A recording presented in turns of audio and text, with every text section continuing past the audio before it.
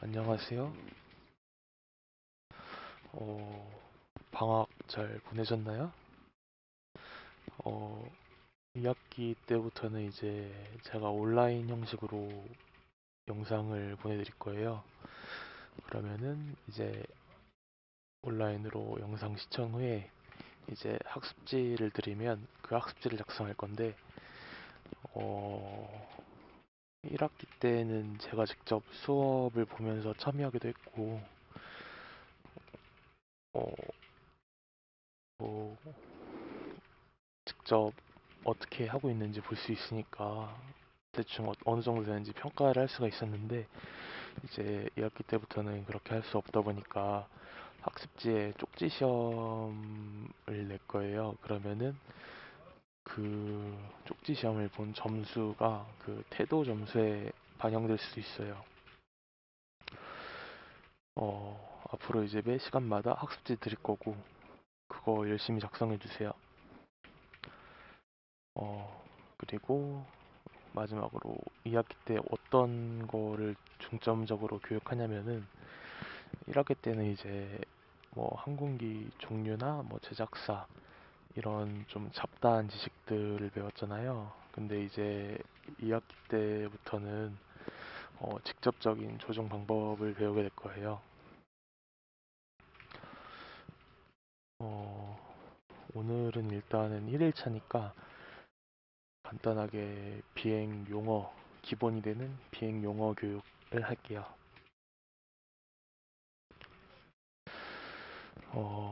관제 용어, ATC라고 들어보신 분 있을지 모르겠는데, ATC는 에어 트래픽 컨트롤의 약자로, 어, 저희가 배우는 그 영어들, 교신들, 이것들을 통틀어서 ATC라고 해요. ATC 같은 경우에는 자격증이 존재를 하는데, 이제 관제사나 파일럿이 되려면은 그 일정 등급 이상의 ATC 자격증을 가지고 있어야 되니까, 어, 나중에 그쪽으로 관심이 있는 학생들은 어, 어느 정도 알아두세요. 먼저 ATC에서 가장 기본이 되는 게 포네틱 코드라는 게 있어요. 포네틱 코드가 뭐냐 하면은, 이제 항공이나 군에서 교신 시에 정확한 정보 전달을 하기 위해 사용하는 코드거든요. 한국어로 예를 들자면은 양근호, 얘는 이제 양철할 때 양, 근육할 때 근, 호랑이 할 때 호, 이런 식으로 어, 조금 더 정확한 정보 전달을 하기 위해 쓰는 코드들이거든요. 교신하는 거를 들어보면 알겠지만 어, 되게 노이즈가 심해요. 이제 거리나 환경, 뭐 중간에 산이 껴 있거나 건물이 있거나 그러면 이제 음질이 많이 나빠지거든요. 근데 이제 그럼에도 불구하고 우리는 교신을 해야 되잖아요. 그래가지고 이런 식으로 해서 어느 정도 잡음이 껴도 알아들을 수 있게 만들어 놓은 게 포네틱 코드예요. 여기서 과제 하나 내드릴게요.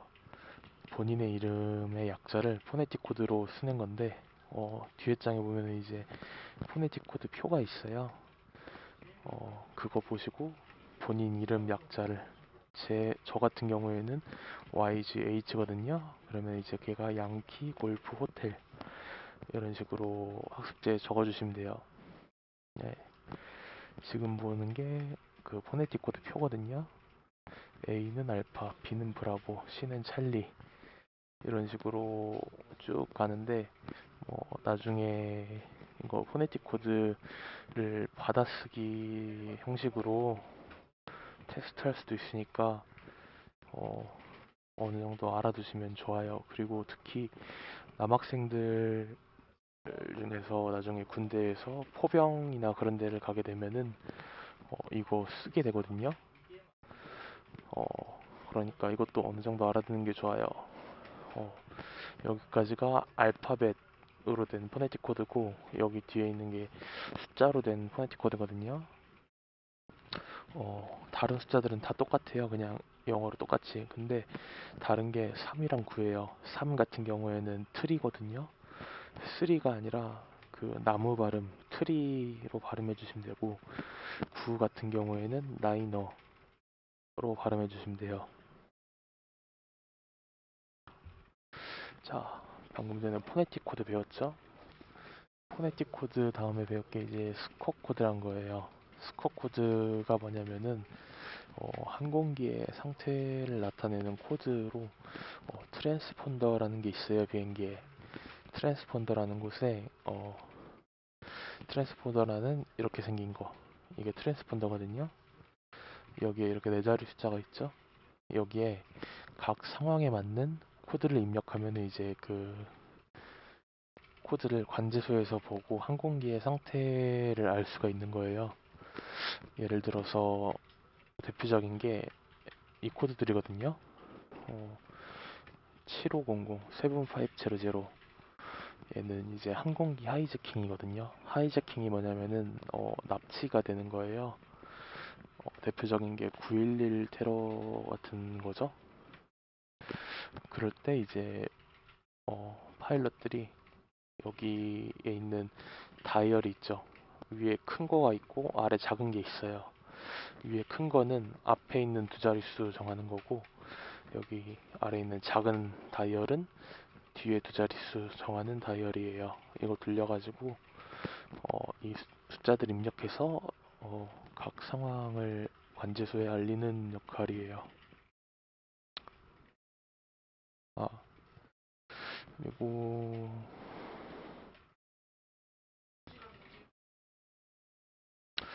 다음으로는 속도 알려드릴 건데, 저희가 보통 일상생활에서 한국에서 쓰는 단위는 킬로미터 퍼 아워로 속도를 나타내잖아요. 근데 이제 항공에서는 그걸 안 쓰고 노트라는 단위를 써요.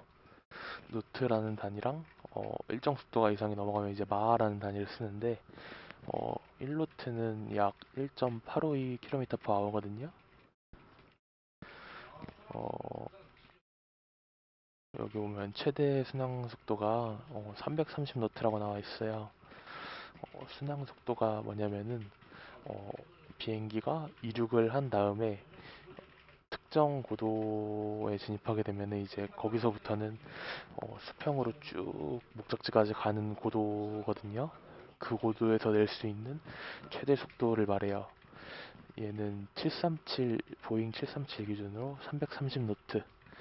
얘를 킬로미터 퍼 아워로 환산하면 대략적으로 600km per hour거든요. 굉장히 빠르죠. 그 외에도 이제 이착륙. 저희가 보통 자동차 타고 이제 100km 정도만 넘어가도 굉장히 빠르다고 느끼잖아요. 근데 이제 항공기 같은 경우에는 착륙할 때가 거의 300km per hour예요. 보통 3배 저희가 빠르다고 느끼는. 그래서 이제 중요한 게 뭐냐면은 항공기를 조종할 때는 자동차 같은 경우에는 핸들을 틀면 그냥 바로바로 조작이 되고 정지나 가속하는 것도 금방금방 반응을 하잖아요. 근데 이제 비행기 같은 경우에는 어, 어, 땅에 닿아 있는 게 아니라 공기의 마찰 저항으로 인해서 방향을 바꾸고 그리고 속도도 빠르고 그리고 좀 무겁다 보니까 둔해요. 그래서 바로 반응을 안 하기 때문에 미리 예측을 해야 돼요. 항공기가 기울어지기 전에 기울어질 것 같다라는 이런 감각을 키워가지고 미리미리 조작을 해줘야지 본인이 원하는 대로 조정을 할 수가 있어요. 자, 노트 설명드렸고 이제 마하라는 단위 설명해 드릴게요.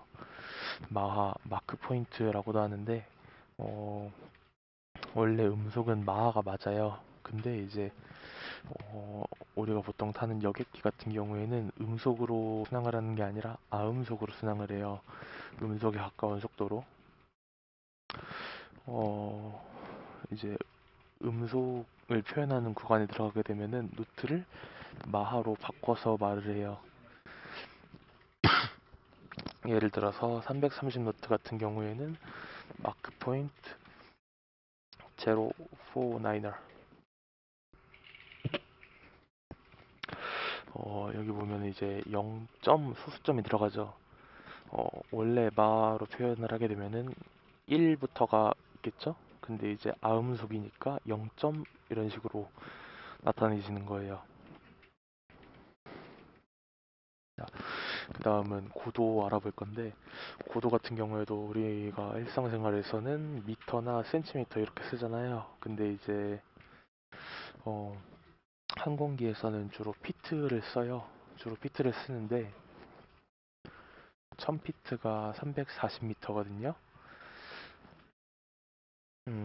대부분의 나라에서는 주로 피트를 사용하지만 러시아나 중국 같은 이런 공산권 나라에서는 미터를 사용하거든요.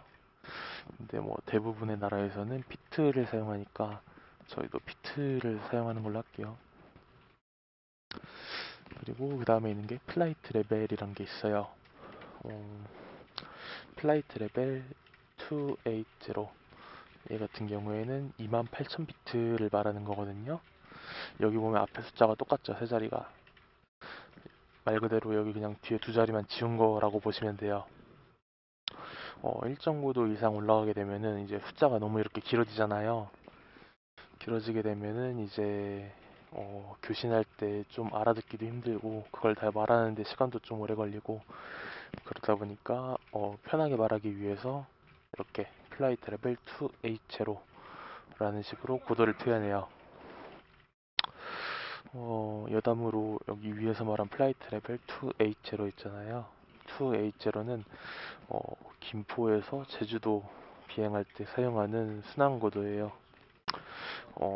이 순항고도는 어떻게 정해지냐? 간단하게 말씀드리면은 동홀서짝으로 생각하시면 되는데 동쪽으로 가는 비행기는 홀수고도로, 서쪽으로 가는 비행기들은 짝수고도로 이렇게 정해진다고 보시면 돼요. 자, 이제 그거 외에 기타 단위들, 방위라고 하죠. 방향. 얘는 베어링이나 헤딩으로 말을 해요. 베어링 같은 경우에는 보통 군에서 사용하는 단어이고, 헤딩 같은 경우가 저희 민간 항공 쪽에서 사용하는 그 단위거든요. 어,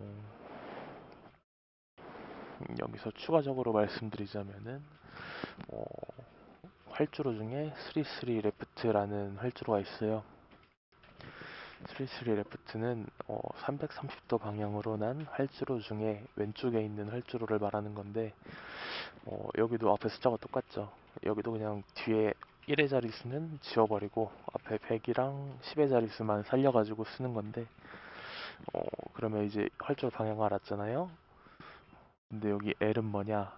어, 활주로 보면은 L이라고 써진 게 있고 R이라고 써진 게 있어요. 근데 앞에 있는 숫자는 똑같은 거? 그러면 일단 두 개의 방향은 같은 거잖아요. 33L은 33도로 난 활주로 중에 왼쪽에 있는 활주로라는 거고 33R이라는 활주로는 이제 330도 방향으로 난 활주로 중에 오른쪽에 있는 활주로를 말하는 거예요. 그 다음에 이제 기압. 기압은 인치나 헥토파스칼인데 얘는 그 나라에 따라서 그냥 파일럿 재량으로 선택할 수 있는 단위거든요. 저희 나라 같은 경우에는 주로 헥토파스칼을 많이 사용하고 이제 미국 쪽 가게 되면은 인치를 기본적으로 사용을 하죠. 이거를 왜 알아야 되냐 하면은 기압 설정에 따라 가지고 어, 저희가 고도계가 있어요. 고도계가 고도를 측정하는 방식이 이제 기압에 따라서 달라지기 때문에 그거를 그 보정치를 입력을 해줘야 되기 때문에 저희가 이 기압의 단위를 알아야 돼요. 그 다음에 주파수, 영어로는 프리퀀시라고 하거든요. 주파수 같은 경우에는 주파수를 이걸로 말하는 게 아니라 얘는 단위라기보다는 여기 있는 점이거든요.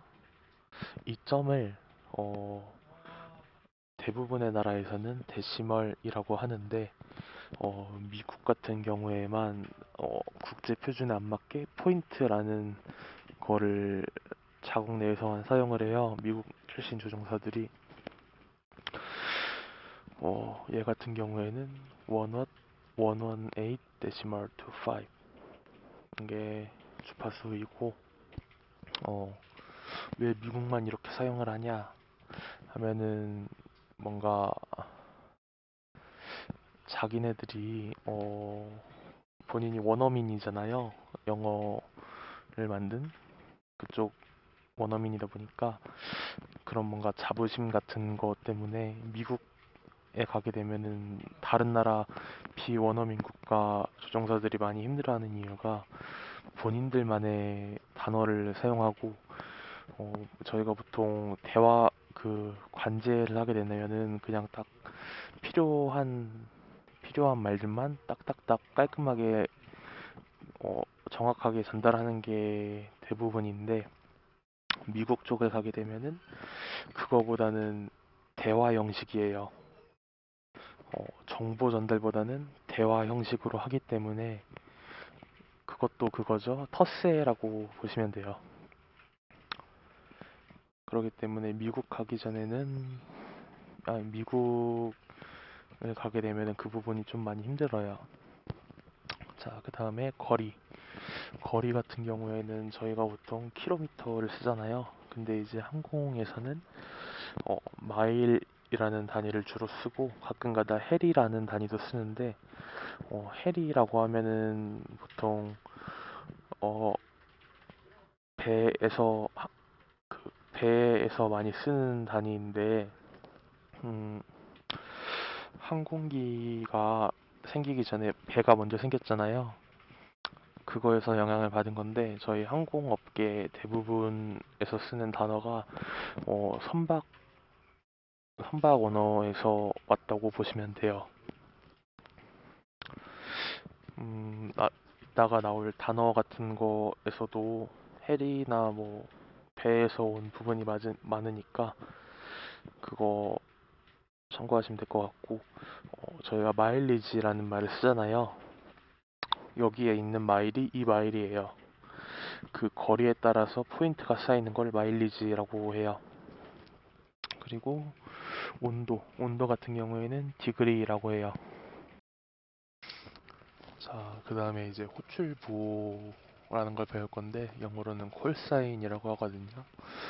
이거 간단하게 생각하면 이름이라고 보시면 돼요. 항공기 부르는 이름.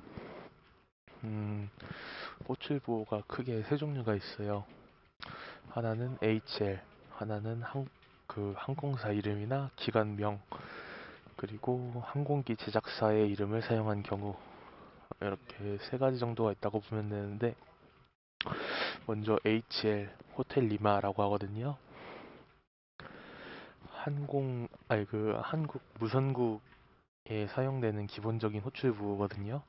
여기서 말하는 무선국이 뭐냐 하면은 항공기나 아니면 방송국, 아마추어 무전 이런 식으로 무선을 사용하는 각각의 개체를 무선국이라고 해요.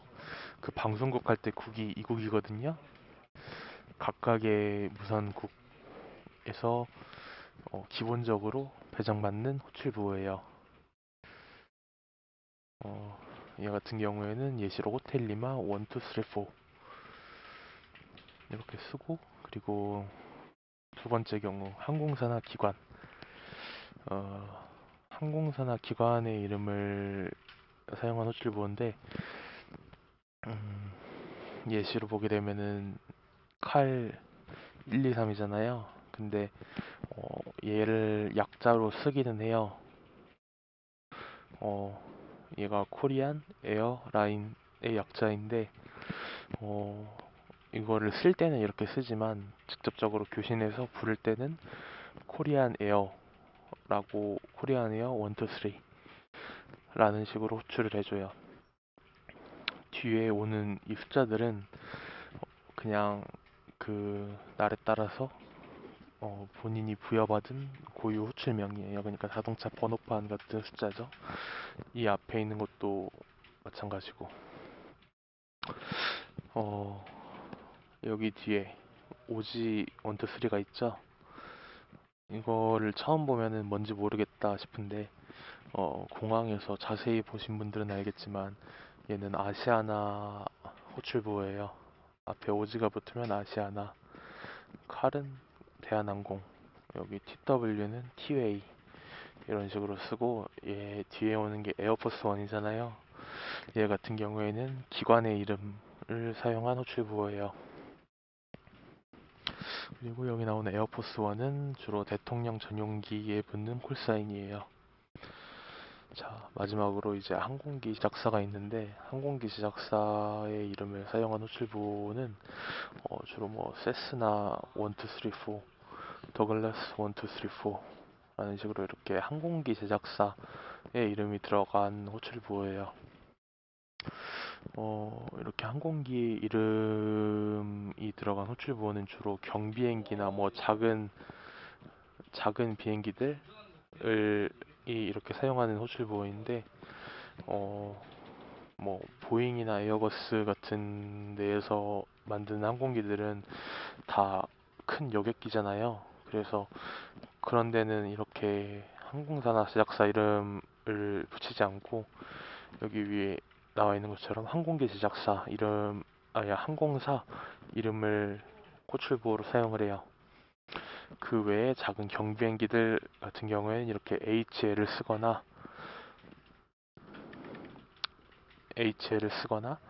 혹은 이렇게 항공기 제작사 이름을 붙이거나, 이 둘 중 하나라고 보시면 돼요. 자, 이제 그 항공 관제 기관이 있죠. 항공 관제 기관이 저희가 아는 거는 보통 관제탑만 알 거예요. 공항에서 바로 보이는 거가 관제탑밖에 없기 때문에 그것만 있다라고 아시는 분이 있는데, 크게 보면 이렇게 세 가지로 나눌 수가 있어요. 먼저는 이제 어, 계류장 관제, 그라운드라고 하거든요. 이따가 맨 마지막에 과제 내줄 때 교신 들어보면 알겠지만, 어, 예를 들어 김포공항 같은 경우에는 김포 그라운드, 코리아네요, 뭐뭐뭐뭐 이런 식으로 말을 할 거예요. 얘는 이제 활주로에서 비행기가 주기되는 그 계류장까지 이동하는 과정에서 어떻게 해라 라는 식으로 지시하는 데가 계류관제, 네, 그라운드라고 하고, 이제 그 다음에 접근이나 출항관제이거든요. 여기서 보면 알겠지만 출항이란 말을 써요. 출항, 배 쪽에서 선박에서 오는 단어거든요. 이것처럼 얘도 그렇고, 저희가 공항을 영어로 에어포트라고 하잖아요. 근데 항구 같은 경우에는 그냥 포트, 앞에 에어만 더 붙은 거잖아요. 주로 어, 선박 관련해서 용어들이 들어온 게 많아요, 항공 쪽에는. 자, 어프로치랑 디파처, 타워, 이렇게 세 가지가 있는데, 저희가 주로 공항 가서 보는 그 관제탑은 이 타워라고 보시면 돼요. 타워. 그리고 더 여기서 자세하게 나누자면은, 타워를 거친 다음에 이제 어프로치나 디파처로 넘어가는 형식이거든요. 근데 이렇게 세 가지로 나누자면은 어프로치나 디파처, 타워, 이런 식으로 나눌 수 있어요. 얘는 아까 활주로에서 그 계류장에서 활주로까지 왔잖아요. 그 다음에 이제 활주로에서 이륙을 해서 특정 지점까지, 여기서 말하는 특정 지점은 저희가 항공 차트가 있어요. 스타 차트라 항공 차트가 있는데, 그 차트를 보고 그 차트에 나와 있는 특정 지점까지는 여기 이 관제 기관들이 맡아서 해요. 예를 들어서 뭐 타워 같은 경우에는 김포타워, 어프로치나 디파처, 뭐 서울 어프로치, 서울 디파처, 이런 식으로 있고, 이렇게 해서 특정 지점까지 올라가게 되면은 이제 지역 관제로 넘어가게 돼요. 얘는 컨트롤이라고 하는데 출발지에서 이제 특정 지점까지 올라왔잖아요, 비행기가. 특정 지점까지 올라오고 나면은 이제 그 특정 지점까지 올라온 데에서 도착지에 있는 특정 지점까지 비행기를 관제해주는 기관이에요. 예를 들어서 뭐 우리나라에는 대구 컨트롤 이런 식으로 지역 관제를 해주는 분이 계세요. 그 기관이 있어요. 하고 뭐 이제 도착지 특정 지점 오면은 이거 역순으로 여기서 뭐 또 특정 지점에서 활주로 해서 계류장 이런 식으로 진행이 되거든요. 자, 이제 여기 나오는 단어들이 있는데 솔직히 여기 나오는 단어들만 다 외워도 모든 ATC의 한 8, 90%는 바로 알아들을 수 있거든요. 이것만 다 외우셔도 그 교신 듣는 재미가 좀 생기니까 적어도 여기 있는 단어들만은 꼭 외워주시기 바래요.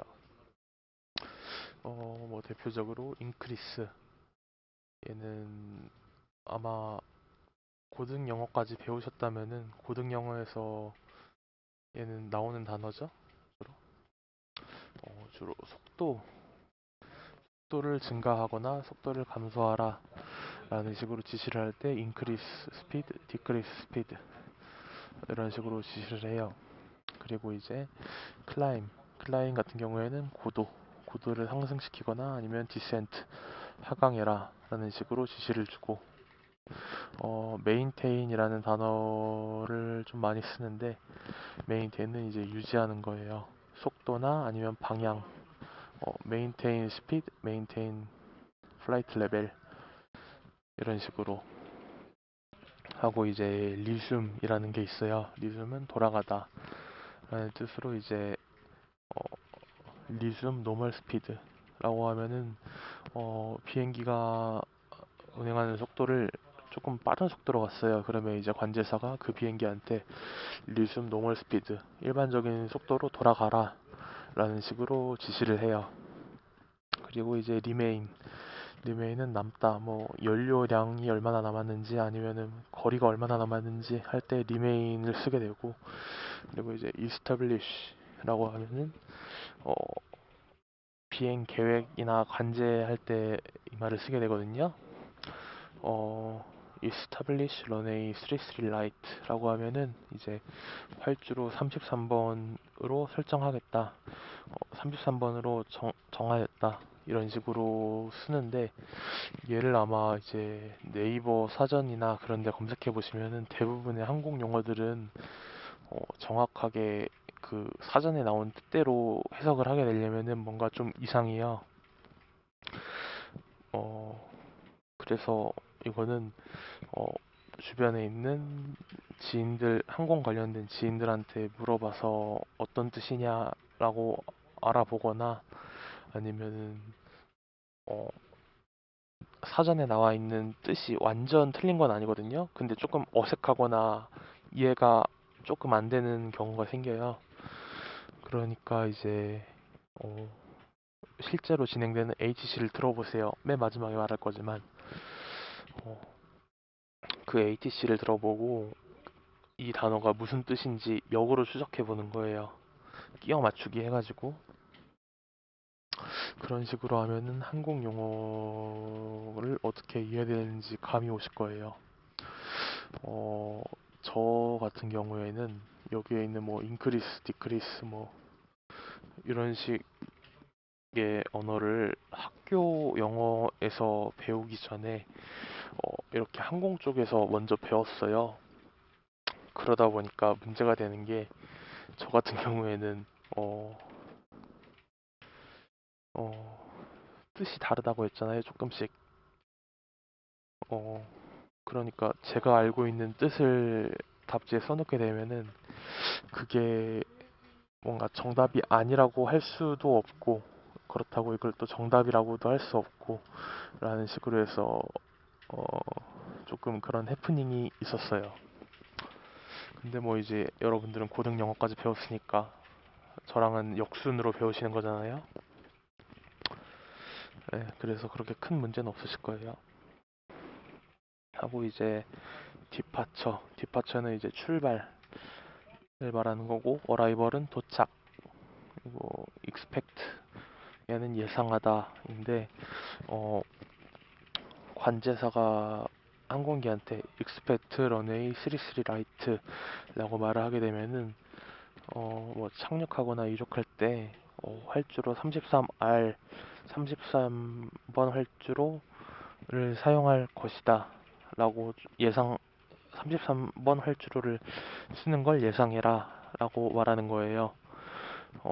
예상하다라는 말 그대로 확정된 게 아니니까 대충 그 정도로 알고 있어 라는 식으로 말하는 거니까 얘도 꽤 많이 쓰여요. 그리고 이제 인바운드, 귀향하는 건데 얘 같은 경우에는 이제 지역 관제라고 아까 있었잖아요. 지역 관제나 아니면은 어프로치 디파처에서 말하는 자주 쓰이는 단어예요. 그리고 이제 라인업, 라인업이 정렬하다거든요.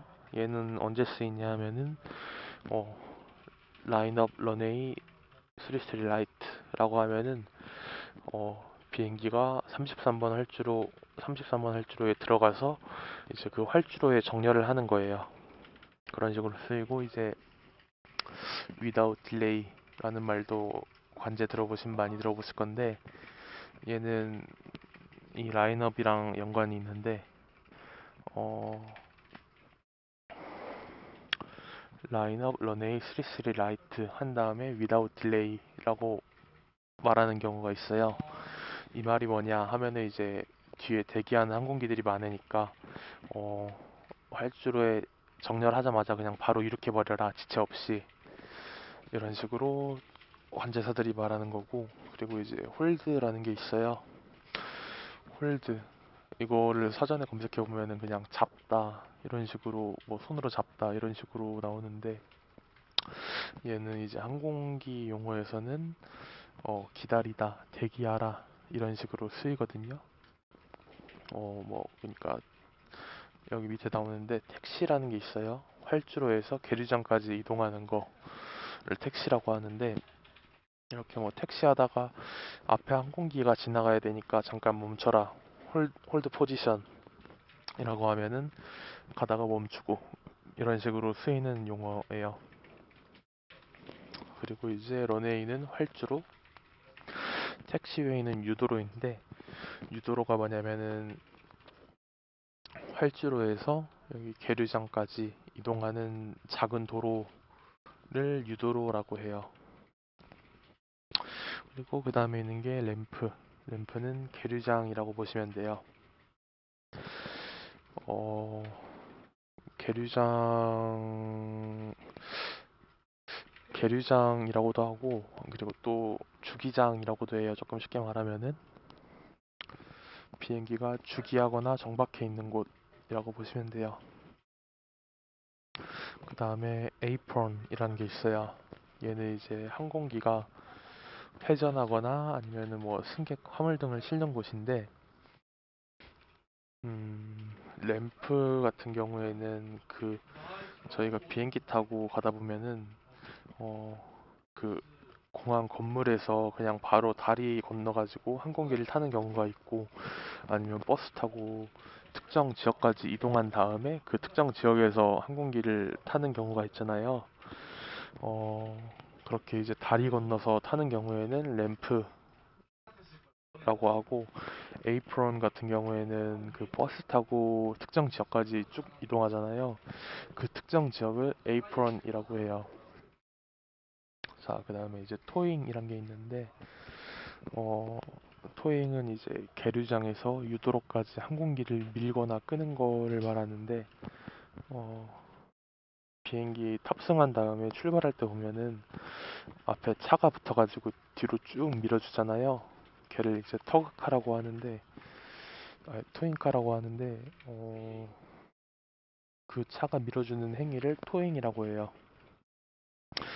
자, 그 다음에 이제 어프로치. 어프로치는 접근이고 디파처 하면 출항, 어, 랜딩은 착륙, 테이크오프는 이륙.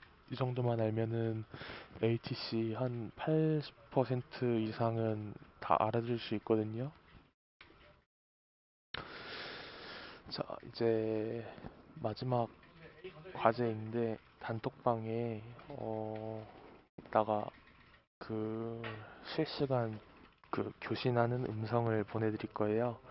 그러면 이제 그 음성을 들으신 후에 어, 맨 처음에는 그 들으신 내용을 영문으로 쓰실 수 있는 분은 영문으로 그대로 받아 쓰시고, 본인이 그렇게 그거를 들을 수 없다, 영문으로까지 쓸 여유가 없다 하면은 그 한글 발음 그대로 쓰셔도 되거든요. 그렇게 쓴 다음에 이제 오늘 아까 배운 내용들 있잖아요. 단어들이나 아니면 포네틱 코드 이런 거를 활용해 가지고 배운 내용을 참고해서 이제 그 쓴 내용들을 해석해서 제출을 하시면 돼요. 자, 이제 ATC를 혼자서도 연습하는 방법을 알려드릴게요. 음, 우선은 유튜브에 ATC라고만 검색해도 요즘 영상들 올라온 거 많이 있거든요. 사람들이 미리 유튜브에 올라온 영상 같은 경우에는 실시간으로 진행되는 영상이 아니라 이제 어, 미리 녹음을 해뒀다가 그 녹음한 거를 편집해가지고 올려놓은 영상이에요.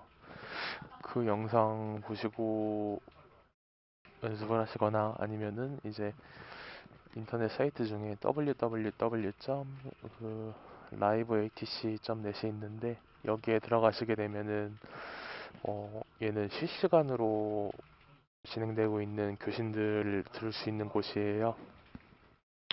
여기에서 교신들을 막 노래 듣듯이 그냥 무의식적으로 계속 듣다 보면은 그 노래 듣듯이 들은 내용 중에 본인이 방금 배웠던 내용 있죠. 그 내용이 갑자기 떠오르는 게 있어요.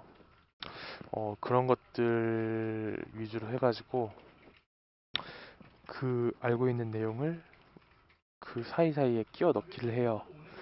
그러면 이제 뭐 대략적으로 어떤 내용이겠구나 정확히 해석은 안 돼도 추측이 되거든요. 음, 그렇게 추측해가지고 대략적인 흐름을 읽으세요, 먼저. 그렇게 흐름을 읽은 다음에 어, 그 휴대폰 앱이나 아니면 뭐 사이트에 플라이트 레이더 24라고 검색을 해보세요. 그러면은 이제 어,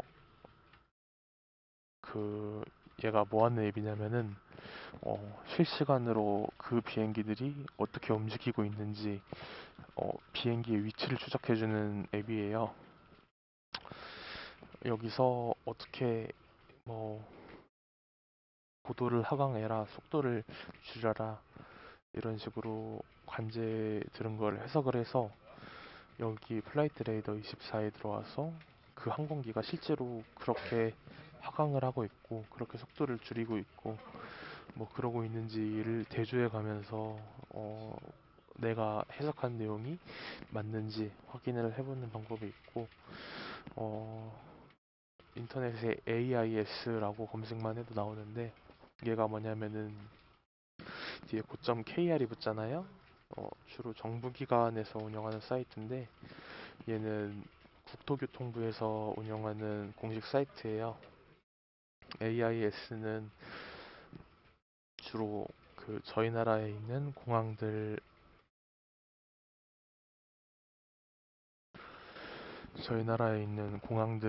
정보를 나타낸 차트들을 무료로 볼 수 있는 사이트거든요. 거기에서 이제 공항 차트를 다운받아서 어, 여기에서 차트를 받게 되면은 보통 항로가 나와 있는 차트는 비교하기 어렵지만 그 AD 차트라고 해서 공항 내에 있는 정보를 나타내는 차트가 있거든요. 걔 같은 경우에는 이제 뭘 나타내냐면은 공항 지도라고 보시면 돼요. 어, 아까 전에 택시웨이라고 말씀드렸잖아요. 택시웨이가 길다 보니까 걔를 특정 구역으로 끊어놨어요. 뭐 알파, 브라보, 찰리 이런 식으로. 음, 교신 들어보시면은 택시비아, 알파, 알파2, 어, 찰리 이런 식으로 해서 어, 어느 경로로 택시를 하라라고 말을 하거든요.